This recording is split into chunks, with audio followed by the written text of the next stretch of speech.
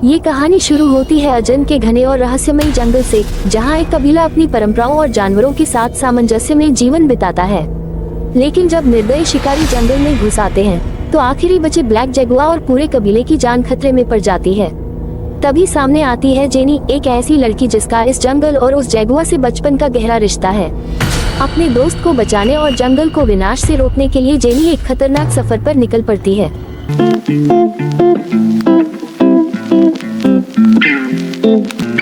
Subscribe the channel for more videos. कहानी की शुरुआत अजन के जंगल से होती है। इस जंगल के अंदर एक कबीला था और इस कबीले में हम कुछ इंसानों को भी देखते हैं। कबीले के जो मुखिया थे उनका नाम था ओरे। वो अपने दोस्त को लेटर लिखकर बताते हैं कि जंगल में कुछ बुरे लोग आ गए हैं जो जानवरों की तस्करी करते हैं। जानवरों को मारना और उनका जहर निकालना उनके रोज का धंधा बन चुका है। उनकी मुखिया डोरिया ने जंगल के सारे जगुआ को खत्म कर दिया है। जंगल में सिर्फ एक ब्लैक जगुआ बचा है और उसके भी बस कुछ ही दिन बचे हैं। ओरे लिखता है कि हमें तुम्हारी मदद की जरूरत है, वरना वो आखिरी बचे हुए ब्लैक जगुआ को भी जान से मार देंगे। इसके बाद हमें एडिसन नाम का एक इंसान दिखाया जाता है जो उस लेटर को पढ़ रहा था। दरअसल एडिसन ही ओरे का दोस्त है। यहाँ हम उसकी बेटी जेनी को भी देखते हैं। एडिसन अपनी बेटी को उन लेटर्स के बारे में नहीं बताता। जेनी चुपचाप अपने कमरे में सोने के लिए चली जाती है।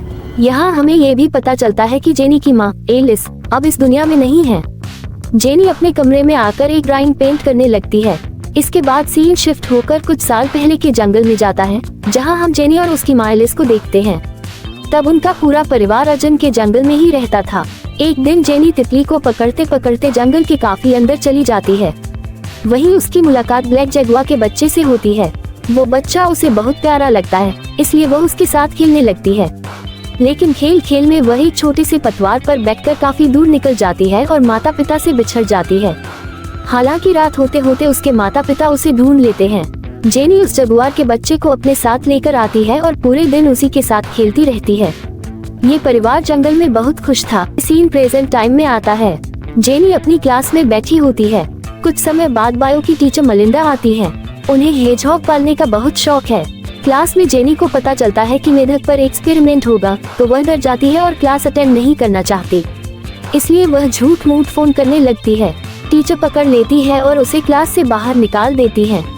घर आने के बाद जेनी दूसरा फोन लेकर अपनी दादी से बात करने लगती है। बातों ही बातों में टाइम पास करने के लिए वह अपने पिता की फाइलें चेक करने लगती है। तभी उसे ओरे का भेजा हुआ वही लेटर मिल जाता है। ओरे का नाम पढ़ते ही जेनी चौंक जाती है। वह फाइल खोलकर जंगल की ढेर सारी तस्वीरें देखती है। लेटर पढ़ते ही उसे मालूम चलता है कि जंगल में उनका पुराना परिवार खतरे में है। शिकारियों ने आखिरी बचे जगुआ को भी मारने का प्लान बनाया है और ओरे ने एडिसन से मदद मांगी है। जेनी लेटर लेकर अस्पताल पहुंचती है, जहां उसका पिता एडिसन काम कर रहा था। वह गुस्से में कहती है कि आपने मुझसे ये सब क्यों छुपाया। वह कहती है कि उन्हें जंगल के लोगों की मदद करनी चाहिए। जेनी कहती है कि मैं अपने दोस्तों को मरने नहीं दे सकती और घर जाकर पैकिंग करने लगती है। जंगल जाने से पहले वह मलिंडा के पास अपना फोन लेने जाती है। मलिंडा को शक हो जाता है कि जेनी कहीं भाग रही है। वह फोन देने से पहले कहती है, पहले अपने पिता से बात करवाओ।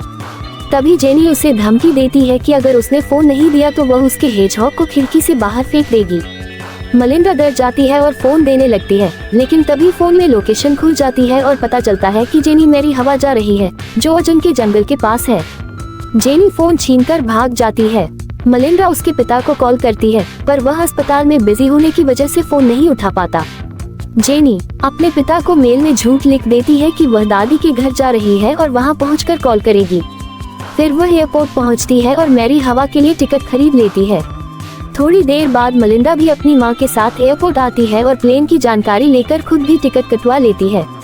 मलिंडा सोचती है कि अगले एयरपोर्ट पर प्लेन रुकेगा और वह जेनी को पकड़ लेगी, लेकिन प्लेन में वह सो जाती है और प्लेन सीधा मैरी हवा लैंड कर जाता है। जेनी पहले ही उतर चुकी होती है। मलिंडा के पास अब कोई ऑप्शन नहीं बचता। एयरपोर्ट के बाहर इन्हें पता चलता है कि यहाँ लोग विद्रोह कर रहे हैं, कारण डोरिया जंगल के पेड़ काटकर वहाँ बांध बनाना चाहती है। जंगलवासी अपने घर बचाने के लिए विरोध कर रहे हैं। जानवरों पर उससे भी बड़ी मुसीबत आने वाली है। मलिंडा को बहुत जोर से बाथरूम जाना होता है, इसलिए वह अंदर जाती है। तभी जेनी मौके का फायदा उठाकर एक जीप के ऊपर कूदकर बैठ जाती है। मलिंडा को भी मजबूरन जीप पर चढ़ना पड़ता है। जीप इन्हें जंगल के एक लोकेशन पर उतार देती है। जेनी वहाँ के लोगों से ओरे के बारे में पूछती है। एक नाव वाला उन्हें अपनी नाव में बैठाकर आगे ले जाता है और एक लोकेशन पर उतार देता है। वहीं ओरे के लोग पहुँच जाते हैं। सिसिलिया जेनी की बचपन की दोस्त थी, उसे देखकर जेनी बहुत खुश हो जाती है। फिर वह जेनी को कबीले में ले जाती है जहाँ ओरे मिलता है। जेनी उसे दादाजी कहती है। ओरे को जब पता चलता है कि जेनी बिना पिता को बताए है तो वह नाराज हो जाता है। वह कहता है तुम्हारे पिता बहुत चिंतित होंगे। जेनी झूठ बोलती है कि उसने बताया है कि वह दादी के पास है। ओरे कहता है कि उसे यहाँ नहीं रहना चाहिए, वह उसे वापस भेजने की तैयारी करता है। तब तक वह जंगल घूम सकती है। सिसिलिया जेनी को वह जगह दिखाती है जहाँ वह बचपन में जगुआ के साथ खेला करती थी। जैसे ही जेनी झोपड़ी में जाती है, अचानक बड़ा जगुआ उस पर से कूदकर निकल जाता है। उसका पंजा जेनी के कंधे को छू जाता है, जिससे वह जख्मी हो जाती है। जड़ी बूटी लगाकर उसकी चोट ठीक हो जाती है। मलिंदा ओरे से पूछती है कि वे कब निकलेंगे। ओरे समझाता है कि जंगल में बहुत खतरा है, शिकारी हथियारों के साथ यहाँ घूम रहे हैं और आखिरी जगुआ को पकड़ने के लिए किसी की जान भी ले सकते हैं। सीन शिफ्ट होता है। जेनी जंगल में आराम कर रही होती है और जगुआर उसे दूर से देख रहा होता है। जेनी उसे ढूंढने लगती है। उसकी मुलाकात जगुआर से होती भी है, पर जगुआर उसे देखकर भाग जाता है। जेनी कहती है कि मुझे पता है तुम वही हो, पर फिर भी वह दूर चला जाता है। वह इसका वीडियो बना लेती है। अचानक जंगल में गोलियां चलती हैं। वे जेनी और जगुआर दोनों को पकड़ लेते हैं। मलिंदा छुपकर सबका वीडियो बनाती है। डोरिया के लोग उन्हें कार में भरकर दूसरी जगह ले जाते हैं। मलिंदा भागकर ओरे के पास जाती है, वीडियो दिखाती है और कहती है कि उन्हें तुरंत सभी की मदद चाहिए। वह वीडियो लेकर न्यूज चैनल पर जाती है और लाइव वीडियो दिखा देती है। वीडियो देखते ही जंगल के लोग डोरिया के खिलाफ जमा हो जाते हैं। ओरे और उसके लोग गेट पर डोरिया की गाड़ियों को रोक लेते हैं। पुलिस को वीडियो मिलता है और वे डोरिया को गिरफ्तार कर लेते हैं।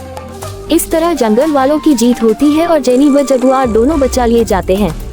जेनी के पिता को ये खबर मिलती है तो वह भी जंगल आते हैं।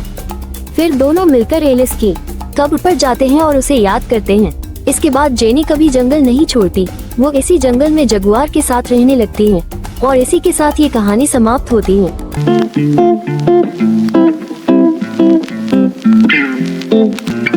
Subscribe the channel for more videos.